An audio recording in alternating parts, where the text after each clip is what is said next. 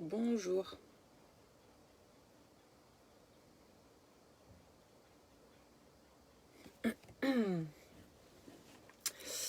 Bonjour à ceux qui sont là.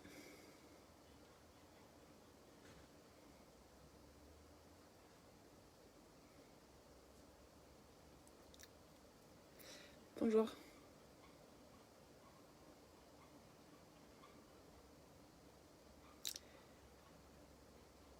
Bonjour, bonjour. Bonjour aux nouveaux, il y a des gens que je connais pas. Je vends rien du tout, Chiara. Je pense qu'on dit Chiara, j'imagine. Je vends rien du tout. Je fais des lives sur des sujets de santé. Je vends pas. Enfin, si, je vends mes consultations. Si vous voulez faire une consultation avec moi, c'est possible. Mais sinon, je vends rien. Bonjour. J'espère que vous allez bien. Je vais faire donc aujourd'hui un live sur un sujet un petit peu particulier. Enfin, un peu particulier. Disons qu'il ne touche pas forcément toute la population, puisque je vais parler de bébés et de motricité libre.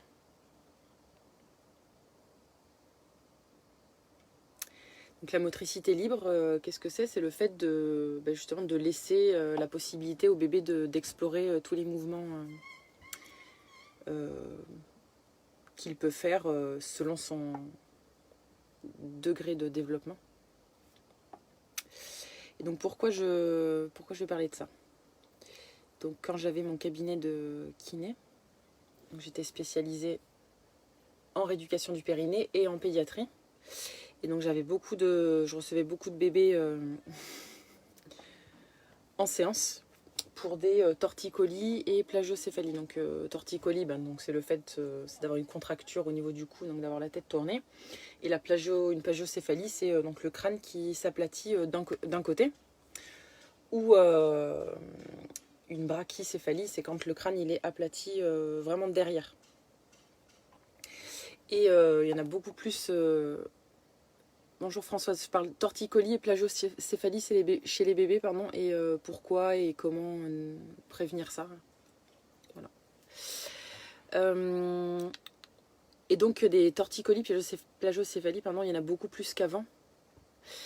Parce que c'est un mélange de plusieurs choses. C'est qu'à la fois il y a une espèce de savoir qui avant se transmettait en famille, qui maintenant ne se transmet plus, puisque les familles sont plus éclatées qu'avant. Avant, on vivait plus les uns avec les autres. Donc il y avait les mamans, les grands-mères, peut-être les autres femmes de la communauté qui s'occupaient aussi des bébés et qui donnaient des conseils aux mamans. Et maintenant, ça se perd un petit peu, ça, ce savoir empirique. Et aussi parce que le matériel de périculture qui se fait maintenant, il est pour le coup pas du tout physiologique. Et finalement, il y en a beaucoup enfin pas tous, mais il y en a beaucoup qui sont délétères pour les bébés, en tout cas s'ils sont trop utilisés. Les bébés sont beaucoup moins portés qu'avant aussi. Ce qui fait que très rapidement, des fois quelques jours après la naissance, on voit apparaître un torticolis, une plagiocéphalie. Et pourquoi c'est embêtant? La torticolis plagio, c'est que en fait un bébé quand il naît, il a aucune conscience de son corps. Il a vraiment aucune conscience des limites de son corps. Il est complètement fusionnel avec sa maman et avec l'environnement qui l'entoure. Il ne sait pas que ses bras sont à lui, que ses jambes sont à lui, qu'il a un corps. Ce qui fait que quand il va prendre une mauvaise position, il ne va pas déjà ni avoir la force possible. Donc vous savez, quand il a un torticolis, qu'il a la tête tournée d'un côté, et qu'en plus le crâne commence à s'aplatir, il n'a pas la force nécessaire tout seul pour retourner la tête de l'autre côté. Et en plus, comme il n'a pas conscience de son corps, finalement, il n'a même pas conscience qu'il y a un autre côté, qu'il y a un autre côté qui existe si on ne lui donne pas la possibilité d'aller voir de l'autre côté.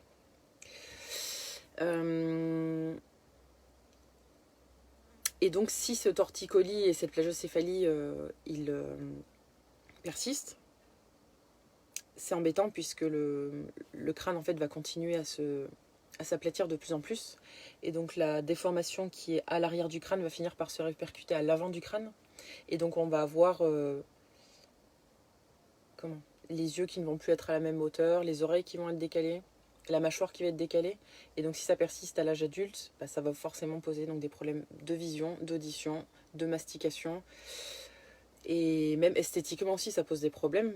Bien qu'il y en a qui disent que bon, c'est pas grave, c'est que esthétique. Donc déjà, ce n'est pas que esthétique, les problèmes qui suivent. Et en plus, même si ce n'était que esthétique, personne n'a envie d'avoir un crâne qui n'est pas... qui est complètement décalé. Je veux dire, et on n'a pas le droit de faire subir ça aux bébés, ils n'ont rien demandé. Donc c'est à nous de prendre soin d'eux pour que leur crâne puisse se développer comme il devrait, c'est-à-dire plus ou moins rond. Après, personne n'a un crâne parfaitement rond, mais en tout cas, si on n'a pas eu de plagio, notre crâne, il est à peu près rond, quoi. Et en plus, donc il y a eu des études qui ont été faites, tous les torticolis plagiaux, c'est aussi associé avec des retards du développement moteur, avec des dyspraxies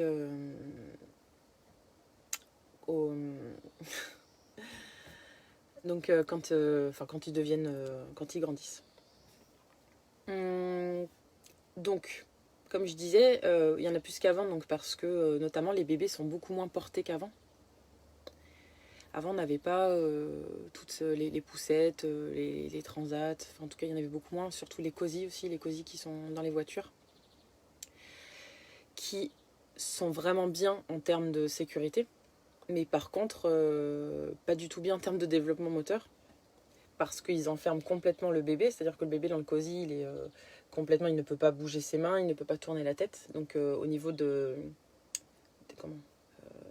au niveau sensoriel, il ne peut pas faire grand-chose, sauf que maintenant, par exemple, les cosy, ils sont utilisés aussi pour mettre, vous savez, en poussette. Donc on prend le cosy, on le met sur la poussette, et donc le cosy sert à tout.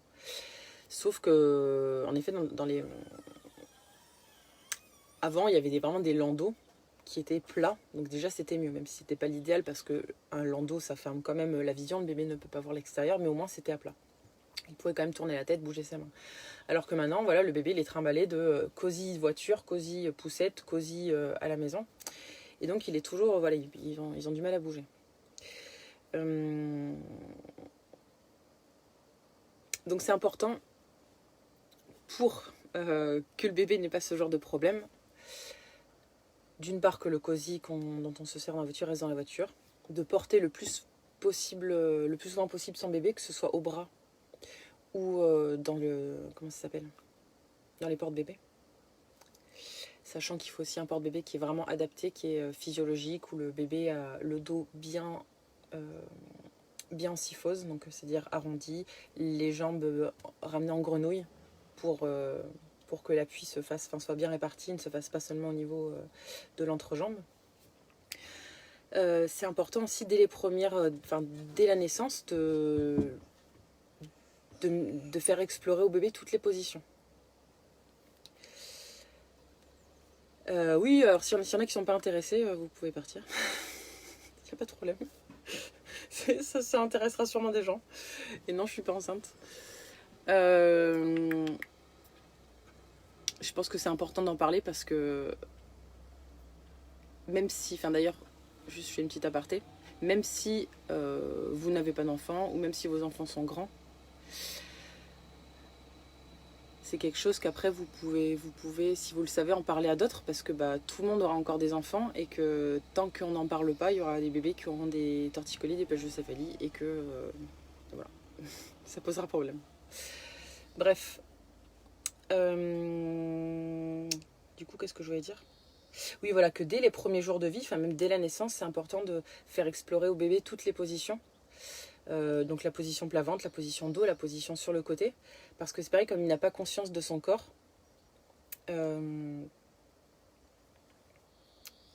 si on le met tout le temps dans la même position, donc c'est-à-dire souvent sur le dos, c'est ce qui arrive souvent, puisque je suis désolée, je vais un peu dans tous les sens, mais j'essaie de tout dire. Vous savez, il y a eu pas mal de morts subites du nourrisson à une époque parce qu'on mettait les bébés sur le ventre. Donc après ça, on a demandé aux parents coucher strict sur le dos pour éviter cette mort subite. Donc en effet, le taux de mort subite a beaucoup diminué, mais sauf que comme on a dit coucher strict, ça a créé une sorte de peur qui fait que les parents ne mettent plus du tout le bébé sur le ventre. Or, en fait, le mettre sur le ventre, c'est important pour que le bébé tout simplement déjà puisse prendre conscience de la partie avant de son corps, et aussi pour qu'il puisse faire travailler tous les muscles postérieurs, tous les muscles extenseurs, qui puissent faire travailler donc le relevé de la tête, pousser sur les bras. Mais bien sûr, cette position du coup à plat ventre doit être explorée quand le bébé il est réveillé. Et si vous mettez un bébé dès la naissance sur le ventre, vous allez voir, enfin très vite, le bébé va réussir à relever la tête beaucoup plus vite que les bébés qui n'explorent pas cette position. Donc voilà, important de mettre à plat ventre, sur le côté aussi. Donc il y a plein de gestes en fait qu'on peut utiliser lorsqu'on change le bébé pour le faire passer sur le ventre, sur le côté, et en essayant de reproduire le plus possible la position, le mouvement que le bébé ferait s'il le faisait tout seul. C'est-à-dire que par exemple, si le bébé est sur le dos, pour le passer sur le côté, on va ramener sa hanche, la jambe vers le haut, lui plier et le retourner en l'enroulant sur lui-même. Pour que, en fait, dans son cerveau, commence à se créer des circuits. Pardon, je suis désolée, je rigole des commentaires. C'est pas drôle. Mais vous inquiétez pas, laissez les commentaires. C'est pas très grave. Ceux qui veulent pas écouter, ils écoutent pas. Ceux qui veulent partir, ils partent. Comme ça, si vous faites déjà bouger le bébé dans les mouvements que lui fera plus tard, voilà, au niveau du cerveau, commence à se créer des circuits qui feront qu'il arrivera plus facilement à faire ces mouvements. Parce qu'en fait, encore une fois, comme le bébé, c'est un peu comme une page blanche. Enfin, lui, il ne connaît rien. Donc, si on lui laisse pas la possibilité, si on lui montre pas certaines choses, si on ne lui laisse pas de possibilité, surtout, il ne pourra pas le faire, puisqu'il ne l'a jamais fait. Voilà, c'est important aussi donc de privilégier les positions à plat, de laisser le plus possible le bébé sur des supports plats, que ce soit son lit, un tapis de sol. Quand il est petit, ça va être surtout ça, lit et tapis de sol. Et vraiment éviter au maximum le cosy, le transat, enfin tout ce qui en fait empêche le bébé de bouger. Vraiment le cosy, moi je disais à tous mes patients, le cosy c'est très bien au niveau sécurité, c'est génial, mais par contre le cosy doit rester dans la voiture. C'est juste pour la sécurité. Voilà, quoi aussi, ah oui. Vous pouvez donc en fait le but c'est pas non plus de surstimuler le bébé, on ne veut pas en faire des surdoués, des êtres parfaits qui bougent parfaitement bien. C'est juste qu'ils puissent explorer les mouvements qu'ils sont capables de faire. Et donc pour ça on peut aussi utiliser des objets pour un peu leur faire tourner la tête des deux côtés, pour commencer à induire le passage sur le côté. Donc les bébés quand ils sont petits ne voient que les forts contrastes. Donc quand ils naissent, c'est bien d'avoir des jouets noirs et blancs, vraiment avec on voit vraiment la différence de couleur, pour pouvoir le passer devant son visage, pour qu'il puisse commencer à tourner la tête d'un côté de l'autre. Ou alors des choses lumineuses. Il y a plein de jouets avec des lumières. Les bébés au début, voilà, ils voient pas très bien, faut quand même que ce soit que la stimulation visuelle soit assez forte. Ou alors ça peut être des stimulations auditives, des hochets, passer le hochet d'un côté de la tête, le passer ensuite de l'autre côté, pour que ça lui donne envie de tourner la tête des deux côtés. Ça peut nous sembler à nous un peu sans intérêt, mais en fait pour un bébé c'est juste primordial. Un bébé il ne vit que par les sens, vous savez, tout est sensoriel chez un bébé, donc c'est vraiment important d'explorer ça, la vision, l'audition, le toucher, pour qu'il puisse prendre conscience de son environnement. Si vous avez des questions, du coup, posez, parce que c'est comme je fais un peu tout. Je vais sûrement oublier des choses, donc posez des questions. Voilà, quand on les porte aussi, c'est important de varier les positions de portage, puisque c'est pareil, si on porte tout le temps son bébé du même côté, eh bien, il va avoir tendance à ne connaître qu'une seule position dans les bras, et donc peut-être à moins sentir une partie de son corps, ou en tout cas moins en prendre conscience. Donc l'avantage, un des nombreux avantages de l'allaitement, parce que c'est aussi que comme quand on allaite des deux côtés, ça permet simplement en allaitant de varier les positions. Alors que quand on donne le biberon, souvent on a tendance à donner le biberon que d'un seul côté, puisque on est plus à l'aise d'un côté. Ce qui fait que le bébé va avoir tendance à être porté toujours du même côté, avec la tête toujours tournée, toujours du même côté du bras du parent, et toujours la tête tournée du même côté. Et comme on donne souvent le biberon au bébé, bah, ça veut dire qu'il a souvent la tête tournée du même côté. Donc si jamais vous donnez le biberon, c'est important aussi de varier le côté où vous lui donnez. Après, des fois, il y a un des deux parents qui est plus doué d'un côté, plus doué de l'autre. Donc, c'est bien au moins, si les deux donnent le biberon, ça permet de varier. Mais si c'est plutôt un seul parent qui donne, ou alors si bah, les deux sont à l'aise du même côté, à ce moment-là, bah, il faut apprendre un peu à utiliser son autre main pour pouvoir que le bébé explore d'autres mouvements. En plus, le portage, bah, en plus de faire que le bébé va explorer différentes positions dans vos bras et qu'en plus quand il est porté il n'a pas la tête en appui sur un support et que donc la tête aura moins forcément tendance à s'aplatir. Parce qu'il faut savoir qu'un bébé, son crâne il est tout plat, tout plat, il est mou encore, c'est pas encore ossifié, le crâne n'est pas encore vraiment ossifié, c'est pour ça qu'il s'aplatit très vite. Dès qu'il reste un tout petit peu dans la même position, ça va vite s'aplatir. Donc quand on le porte, il n'a pas cet appui et en plus rien qu'au niveau, comment dire, au niveau relationnel, c'est vraiment primordial pour un enfant d'être tenu dans les bras de ses parents.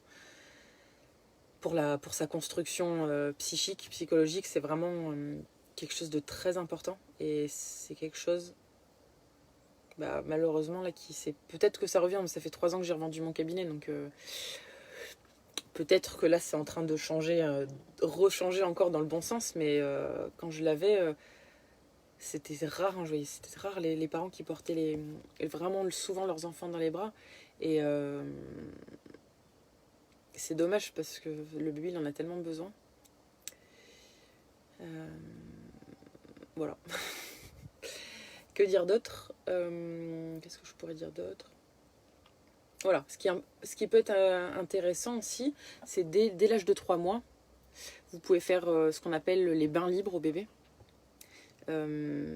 C'est-à-dire si vous avez une baignoire c'est parfait, ou sinon vous achetez un grand je sais pas, une grande bassine où il peut, qui est assez grande pour qu'il puisse tenir couché, et vous mettez juste un peu d'eau pour qu'en fait il soit à peine porté par l'eau, mais que bien sûr il n'ait pas la tête sous l'eau, ça va de soi. Et donc dans cette eau il va être à peine porté, ce qui fait qu'il va pouvoir bouger ses membres plus facilement, et en plus avec cette sensation de l'eau qui donne encore une information sensorielle différente de quand il est au sol ou quand il a des vêtements.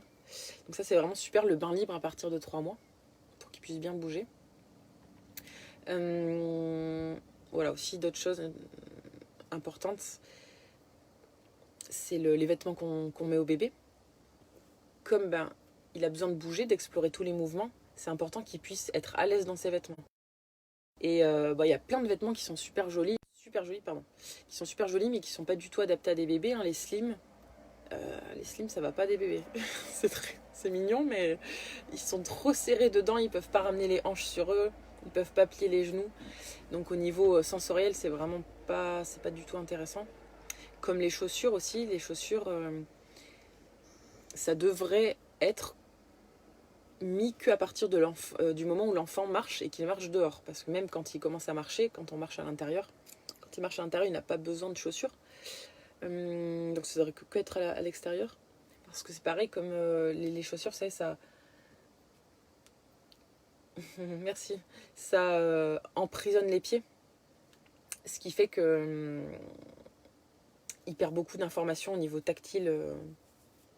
Pas au niveau tactile, au niveau des pieds. Donc, tant qu'il ne marche pas, moi je conseillerais de ne rien mettre, ou alors des chaussettes ou des chaussons très souples, suivant la température qu'il fait bien sûr. Quand il commence à marcher à l'intérieur, sans chaussures, sans rien, ou alors avec des chaussettes antidérapantes, et les chaussures seulement à l'extérieur. Pour que vraiment il ait toutes ses sensations au niveau des pieds, que toutes les articulations puissent bouger le plus possible. Voilà. Que dire?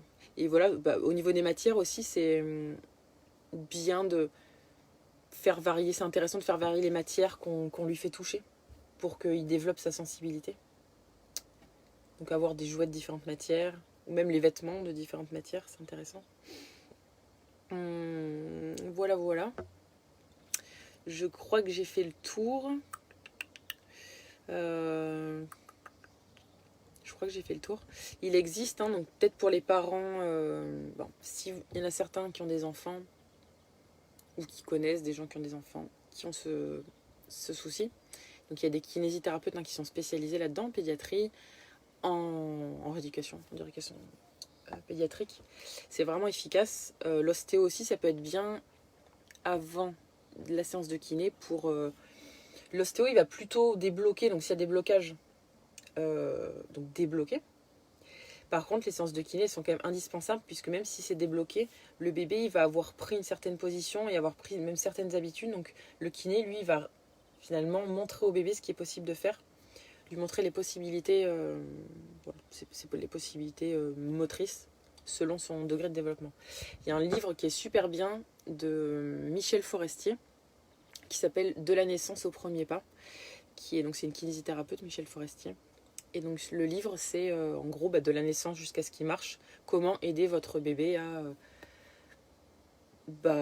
à explorer du mieux qu'il peut tous les mouvements, voilà, qui sont possibles pour lui. Encore une fois, le but, c'est pas de surstimuler, c'est juste de donner la possibilité à chaque étape de développement. Voilà, sachant que vous savez, quand on est bébé, c'est vraiment des périodes qui sont cruciales, hein, forcément. À cet âge-là, il va y avoir les circuits de neurones, en fait, il y en a qui vont se renforcer, il y en a d'autres qui vont disparaître carrément. Ce qui fait que certaines choses qui ne sont pas explorées en étant enfant, ça va être compliqué de les... Enfin, c'est possible, mais ça va être plus compliqué de les retrouver si vous ne l'avez pas exploré en étant bébé. Et donc, si en étant bébé, au niveau corporel, il y a des choses que vous n'avez pas pu explorer, ça peut donner aussi, vous savez, des gens qui sont pas très à l'aise dans leur corps, qui savent pas trop comment bouger, qui sont un peu gauches. Voilà, donc je pense, voilà, les bébés ils naissent, finalement eux ils ont rien demandé.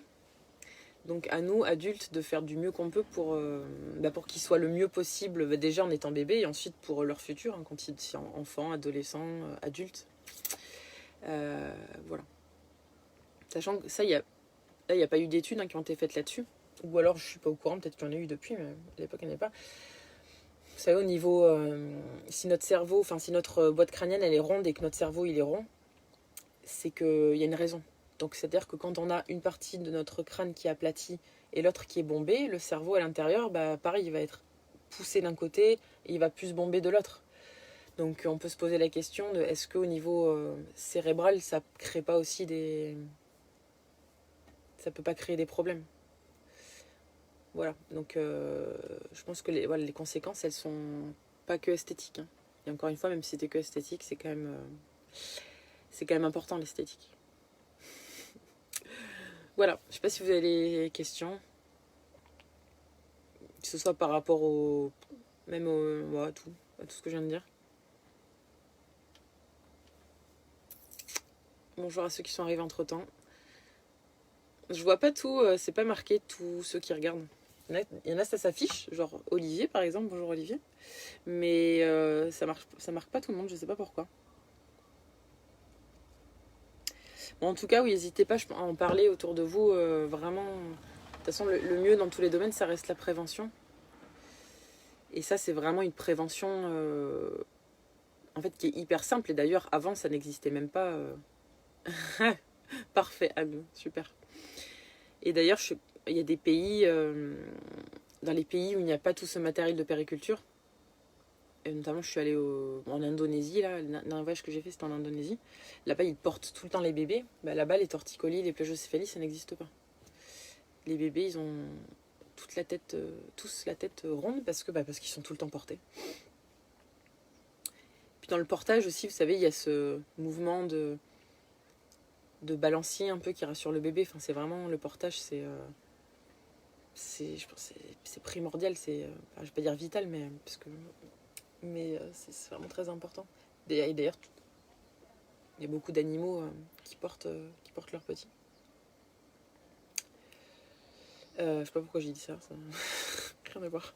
Enfin, pas rien à voir, mais... Voilà. Est-ce que quelqu'un a des questions?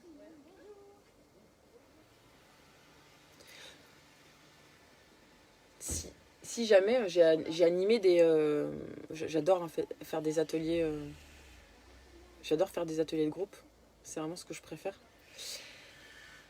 Donc si jamais, je lance comme ça, une bouteille à la mer, comme on dit. Si vous avez un lieu qui peut accueillir du monde, en particulier donc plutôt dans le sud-ouest, mais bon, pour organiser des ateliers de motricité libre, donc c'est-à-dire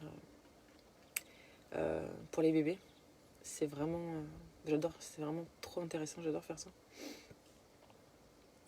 Et je me souviens quand j'avais le cabinet, c'était vraiment très souvent émouvant parce que, en fait, les parents, la plupart, ils pensent pas à mal quand leur bise arrive avec un bébé qui a un torticolis. Eux, ils ont fait finalement, ils ont acheté le matériel qu'on leur a dit d'acheter parce qu'ils pensent que c'est bon. Enfin, voilà, ils font de leur mieux.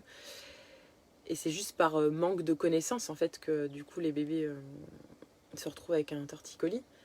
Et souvent, en fait, il suffit de mettre le bébé sur un tapis de sol et de lui faire la bonne stimulation avec une lumière ou avec un jouet adapté. Et le bébé, d'un coup, il se retourne, il se met à plat ventre. Et là, les parents, ils sont là. Oh là là, il a jamais fait ça. Ils sont complètement... à la fois impressionnés et puis émus. Et c'est vraiment des super beaux moments de voir ça. Voilà, ça me donne les larmes aux yeux tellement c'est beau. Voilà. Bref. Si vous avez des questions, du coup, vous pouvez les poser.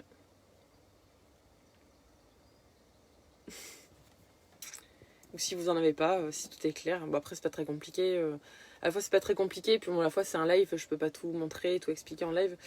Souvent, mieux vaut une démonstration que des paroles. Donc, c'est sûr que c'est toujours mieux de venir en séance, que ce soit individuelle ou collective, et de faire les mouvements. C'est plus parlant. Mais bon, là, ça permet de lancer le sujet. Voilà.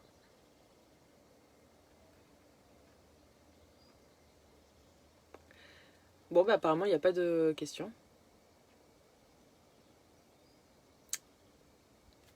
Ouais, bon, je vais attendre 2 minutes, 2 secondes.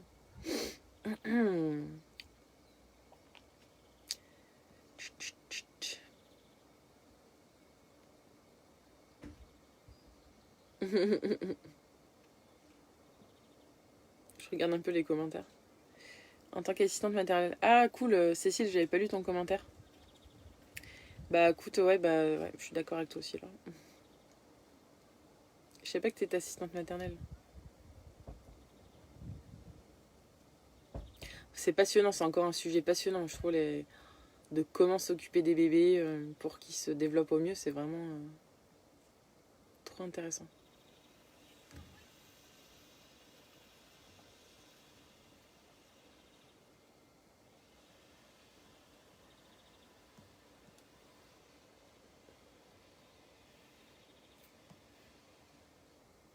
Bon, écoutez, je vais vous laisser. Je vois qu'il n'y a pas de questions. Si vous avez des questions, vous pouvez toujours les poser en commentaire.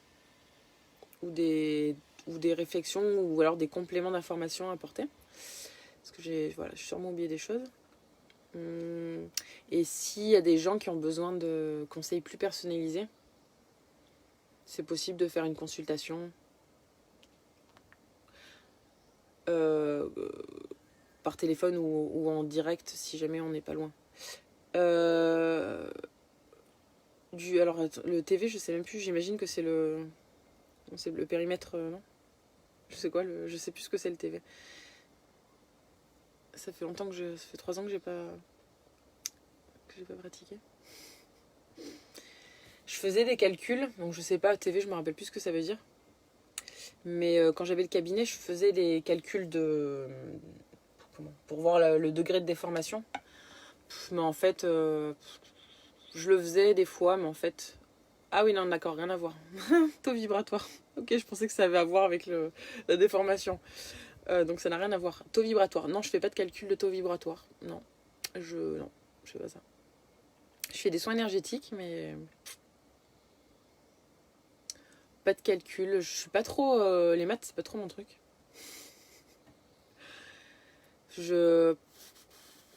Après, voilà, chacun sa manière de travailler, ses techniques.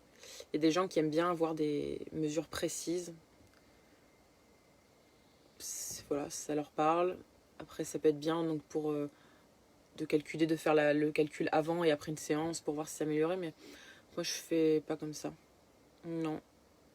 Je sais juste que quand je fais un soin énergétique, ça augmente le taux vibratoire, mais après, je regarde pas de combien ça augmente. Parce qu'au fond, qu'est-ce que ça... Je me demande, ben, qu'est-ce que ça apporte de savoir notre taux vibratoire? Il y a un côté, si on nous dit qu'on a un taux vibratoire bas, ça peut être anxiogène. Si on nous dit qu'on a un taux vibratoire haut, ça peut regonfler notre ego. Mais l'important surtout, je trouve, c'est de savoir comment on peut augmenter notre taux vibratoire, par quels moyens, et de mettre ces moyens en application. Et de faire de son mieux, en fait, pour maintenir un taux vibratoire haut. Mais après, est-ce que vraiment le chiffre, c'est important? Ça reste des chiffres, ça reste... je sais pas. Ah, coucou, Béatrice. Voilà, est-ce que vous avez d'autres questions? Mais sinon, voilà, ouais, je sais pas si vous avez d'autres questions. Bonjour Steph.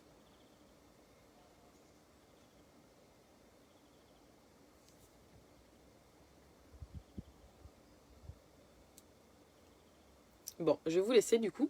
En tout cas, n'hésitez pas à partager la vidéo si vous connaissez des gens qui peuvent être intéressés par ça. Ah ok, Anne, avec plaisir. Et voilà. N'hésitez pas si vous avez des questions. Je vous souhaite une très bonne fin d'après-midi. Et je vous dis sûrement à demain. Voilà. Au revoir.